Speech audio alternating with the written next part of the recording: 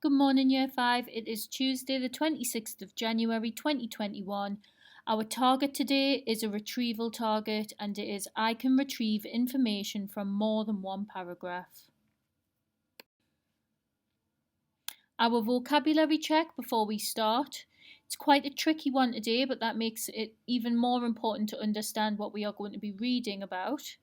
We have got grills, tentative, languidly, klaxon, ricocheted, and gantry. Our chapter today is called Behind the Door, and if you would like to follow along with me, it's on page 167.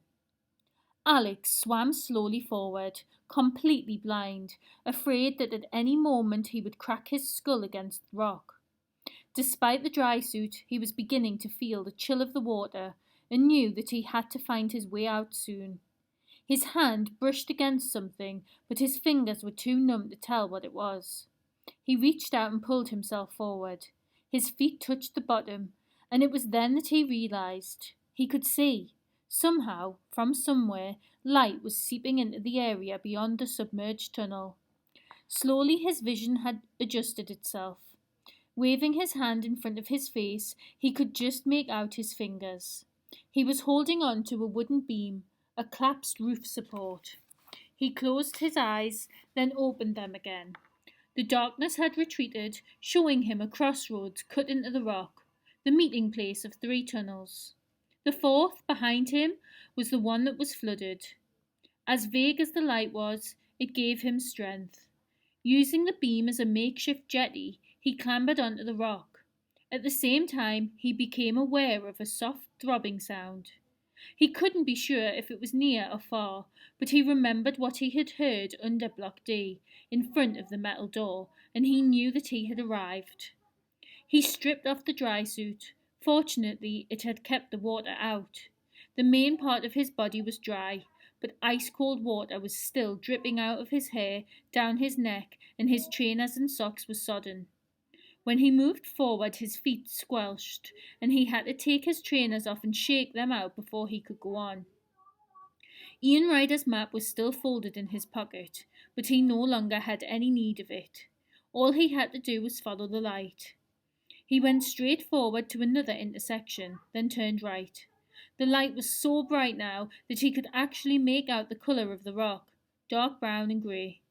The throbbing was also getting louder, and Alex could feel a rush of warm air streaming down towards him. He moved cautiously forward, wondering what he was about to come to. He turned a corner, and suddenly the rock on both sides gave way to new brick, with metal grills set at intervals just above the level of the floor. The old mine shaft had been converted. It was being used as the outlet for some sort of air conditioning system. The light that had guided Alex was coming out of the grills. He knelt beside the first of these and looked through into a large white-tiled room, a laboratory with complicated glass and steel equipment laid out over the work surfaces. The room was empty. Tentatively, Alex took hold of the grill, but it was firmly secured, bolted into the rock face. The second grill belonged to the same room. It was also screwed on tight. Alex continued up the tunnel to a third grill. This one looked into a storage room filled with the silver boxes that Alex had seen being delivered by the submarine the night before. He took the grill in both hands and pulled. It came away from the rock easily, and looking closer, he understood why. Ian Ryder had been here ahead of him. He had cut through the bolts which had held it in place.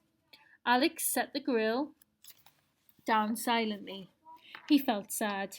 Ian Ryder had found his way through the mine, drawn the map, swum through the submerged tunnel, and opened the grill all on his own. Alex wouldn't have got nearly as far as this without his help, and he wished now that he had known his uncle a little better and perhaps admired him a little more before he died. Carefully, he began to squeeze through the rectangular hole and lower himself into the room. At the last minute, lying on his stomach with his feet dangling below, he reached for the grill and set it back in place. Provided nobody looked too closely, they wouldn't see anything wrong. He dropped down to the ground and landed, cat-like, on the balls of his feet. The throbbing was louder now, coming from somewhere outside. It would cover any noise he made. He went over to the nearest of the silver boxes and examined it. This time it clicked open in his hands. But when he looked inside, it was empty. Whatever had been delivered was already in use. He checked for cameras, then crossed to the door. It was unlocked. He opened it, 1 centimetre at a time, and peered out. The door led on to a wide corridor with an automatic sliding door at each end and a silver handrail running its full length. 1900 hours, red shift to assembly line, blue shift to decontamination. The voice rang out over a loudspeaker system, neither male nor female, emotionless, inhuman. Alex glanced at his watch. It was already 7 o'clock in the evening. It had taken him longer than he'd thought to get through the mine. He stole forward. It wasn't exactly a passage that he had found. It was more of an observation platform. He reached the rail and looked down. Alex hadn't had any idea what he would find behind the metal door, but what he was seeing now was far beyond anything he could have imagined. It was a huge chamber, the walls, half-naked rock, half-polished steel, lined with computer equipment, electronic meters, machines that blinked and flickered with a life of their own. It was staffed by 40 or 50 people, some in white coats, others in overalls, all wearing armbands of different colours, red, yellow, blue and green. Arc lights beamed down from above. Armed guards stood at each doorway watching the work with blank faces. For this was where the Stormbreakers were being assembled. The computers were being slowly carried in a long continuous line along a conveyor belt past the various scientists and technicians. The strange thing was that they already looked finished, and of course they had to be. Sale had told him. They were actually being shipped out during the course of that afternoon and night. So what last-minute adjustment was being made here in this secret factory? And why was so much of the production line hidden away? What Alex had seen on his tour of Sale Enterprises had only been the tip of the iceberg. The main body of the factory was here, underground. He looked more closely. He remembered the Stormbreaker that he had used, and now he noticed something that he hadn't seen then. A strip of plastic had been drawn back in the casing above each of the screens to reveal a small compartment, cylindrical and about 5 centimeters deep. The computers were passing underneath a bizarre machine. Cantilevers, wires and hydraulic arms. Opaque silver test tubes were being fed along a narrow cage, moving forward as if to greet the computers. One tube for each computer. There was a meeting point. With infinite precision, the tubes were lifted out, brought round, and then dropped into the exposed compartments. After that, the Stormbreakers were accelerated forward. A second machine closed and heat-sealed the plastic strips. By the time the computers reached the end of the line, where they were packed into a red and white Sale Enterprises boxes, the compartments were completely invisible. A movement caught his eye, and Alex looked beyond the assembly line and through a huge window into the chamber next door. Two men in biohazard suits were walking clumsily together, as if in slow motion. They stopped. An alarm began to sound, and suddenly they disappeared in a cloud of white steam. Alex remembered what he had just heard. Were they being decontaminated? But if the Stormbreaker was based on the round processor, there couldn't possibly be any need for such an extreme. And anyway, this was like nothing Alex had ever seen before. If the men were being decontaminated, what were they being decontaminated from? Agent Gregorovich, report to the biocontamination zone. This is a call for Agent Gregorovich. A lean, fair-haired figure dressed in black detached himself from the assembly line and walked languidly towards a door that slid open to receive him. For the second time, Alex found himself looking at the Russian contract killer, Yasin Gregovich. What was going on? Alex thought back to the submarine and the vacuum-sealed boxes. Of course, Yasin had brought the test tubes that were even now being inserted into the computers. The test tubes were some sort of weapon that he was using to sabotage them. No, that wasn't possible. Back in Port Talon, the librarian had told him that Ian Ryder had been asking for books about computer viruses. Viruses, decontamination, the biocontainment zone. Understanding came, and with it something cold and solid jabbing into the back of his neck. Alex hadn't even heard the door open behind him, but he slowly stiffened as a voice spoke softly into his ear. Stand up. Keep your hands by your sides. If you make any sudden moves, I'll shoot you in the head. He looked slowly round. A single guard stood behind him, a gun in his hand. It was the sort of thing Alex had seen 1,000 times in films on television, and he was shocked by how different the reality was.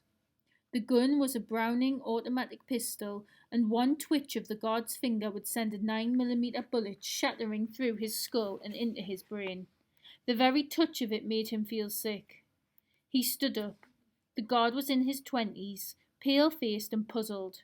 Alex had never seen him before, but more importantly, he had never seen Alex. He hadn't expected to come across a boy. That might help. "Who are you?" he asked. "What are you doing here?" "I'm staying with Mr. Sale," Alex said. He stared at the gun. "Why are you pointing that at me? I'm not doing anything wrong." He sounded pathetic. Little boy lost, but it had the desired effect. The guard hesitated, slightly lowering the gun. At that moment, Alex struck. It was another classic karate blow, this time twisting his body round and driving his elbow into the side of the guard's head, just below his ear. He had almost certainly knocked him out with the single punch, but he couldn't take chances and followed it through with a knee to the groin. The guard folded up, his pistol falling to the ground. Quickly, Alex dragged him back, away from the railing. He looked down. Nobody had seen what had happened. But the guard wouldn't be unconscious long, and Alex knew he had to get out of there, not just up to ground level, but out of Sale Enterprises itself. He had to contact Mrs. Jones. He still didn't know how or why, but he knew now that the Stormbreakers had been turned into killing machines. There was less than 17 hours until the launch at the Science Museum. Somehow, Alex had to stop it from happening. He ran. The door at the end of the passage slid open, and he found himself in a curving white corridor with windowless offices, built into what must be yet more shafts of the Dozmerry mine. He knew he couldn't go back the way he had come. He was too tired, and even if he could find his way through the mine, he'd never be able to manage to swim a second time. His only chance was the door that had first led him here. It led to the metal staircase that would bring him to D Block. There was a telephone in his room. Failing that, he could use the Nintendo DS to transmit a message, but MI6 had to know what he had found out. He reached the end of the corridor, then ducked back as 3 guards appeared, walking together towards a set of double doors. Fortunately, they hadn't seen him. Nobody knew he was there. He was going to be all right. And then the alarm went off. A klaxon barking electronically along the corridors, leaping out from the corners, echoing everywhere. Overhead, a light began to flash red. The guards wheeled round and saw Alex. Unlike the guard on the observation platform, they didn't hesitate. As Alex dived headfirst through the nearest door, they brought up their machine guns and fired. Bullets slammed into the wall beside him and ricocheted along the passageway. Alex landed flat on his stomach and kicked out, slamming the door behind him. He straightened up, found a bolt, and rammed it home. A second later, there was an explosive hammering on the other side as the guards fired at the door, but it was solid metal. It would hold. He was standing on a gantry, leading down a tangle of pipes and cylinders, like the boiler room of a ship. The alarm was as loud here as it had been by the main chamber. It seemed to be coming from everywhere. Alex leapt down the staircase 3 steps at a time and skidded to a halt, searching for a way out. He had a choice of 3 corridors, but then he heard the rattle of feet and knew that his choice had just become 2. He wished now that he had thought to pick up the Browning automatic. He was alone and unarmed. The only stuck in the shooting gallery with guns everywhere and no way out. Was this what MI6 had trained him for? If so, 11 days hadn't been enough. He ran on, weaving in and out of the pipes, trying every door he came to. A room with more biohazard suits hanging on hooks, a shower room, another larger laboratory with a second door leading out, and in the middle, a glass tank shaped like a barrel and filled with green liquid. Tangles of rubber tubing sprouted out of the tank, trays filled with test tubes, and all around. The barrel shaped tank. The trays. Alex had seen them before, as vague outlines on his Nintendo. He must have been standing on the other side of the second door. He ran over to it. It was locked from the inside, electronically by the glass identification plate against the wall. He would never be able to open it. He was trapped. Footsteps approached. Alex just had time to hide himself on the floor underneath one of the work surfaces before the first door was thrown open and two more guards ran into the laboratory. They took a quick look around without seeing him. "Not here," one of them said. "You'd better go up." One guard walked out the way he had come. The other went over to the second door and placed his hand on the glass panel. There was a green glow and the door buzzed loudly. The guard threw it open and disappeared. Alex rolled forward as the door swung shut and just managed to get his hand into the crack. He waited a moment, then stood up. He pulled the door open. As he had hoped, he was looking out into the unfinished passageway where he had been surprised by Nadia Vole. The guard had already gone on ahead. Alex slipped out, closing the door behind him, cutting off the sound of the klaxon. He made his way up the metal stairs and through a swing door. He was grateful to find himself back in the fresh air. The sun had already set, but across the lawn the airstrip was ablaze, artificially illuminated by the sort of lights Alex had seen on football pitches. There were about a dozen lorries parked next to each other. Men were loading them up with heavy, square red and white boxes. The cargo plane that Alex had seen when he arrived rumbled down the runway and lurched into the air. Alex knew that he was looking at the end of the assembly line. The red and white boxes were the same ones he had seen in the underground chamber. The Stormbreakers, complete with their deadly secret, were being loaded up and delivered. By morning they would be all over the country. Keeping low, he ran past the fountain and across the grass. He thought about making for the main gate, but he knew that was hopeless. The guards would have been alerted. They'd be waiting for him. Nor could he climb the perimeter fence, not with the razor wire stretched out across the top. No, his own room seemed the best answer. The telephone was there, and so were his only weapons, the few gadgets that Smithers had given him 4 days ago. Or was it 4 years ago? He entered the house through the kitchen, the same way he had left it the night before. It was only 8 o'clock, but the whole place seemed to be deserted. He ran up the staircase and along the corridor to his room on the first floor. Slowly he opened the door. It seemed his luck was holding out. There was nobody there. Without turning on the light, he went inside and snatched up the telephone. The light was dead. Never mind. He found his Nintendo, all 4 cartridges, his yo-yo, and the zit cream, and crammed them into his pockets. He had already decided not to stay there. It was too dangerous. He would find somewhere to hide out. Then he would use the Nemesis cartridge to contact MI6. He went back to the door and opened it. With a shock, he saw Mr. Grin standing in the hallway, looking hideous with his white face, his ginger hair, and his mauve, twisted smile. Alex reacted quickly, striking out with the heel of his right hand, but Mr. Grin was quicker. He seemed to shimmy to one side, then his hand shot out, the side of it driving into Alex's throat. Alex gasped for breath, but no breath came. The butler made an inarticulate sound and lashed out a second time. Alex got the impression that behind the livid scars he really was grinning, enjoying himself. He tried to avoid the blow, but Mr. Grin's fist hit him square on the jaw. He was spun into the bedroom, falling backwards. He never even remembered hitting the floor.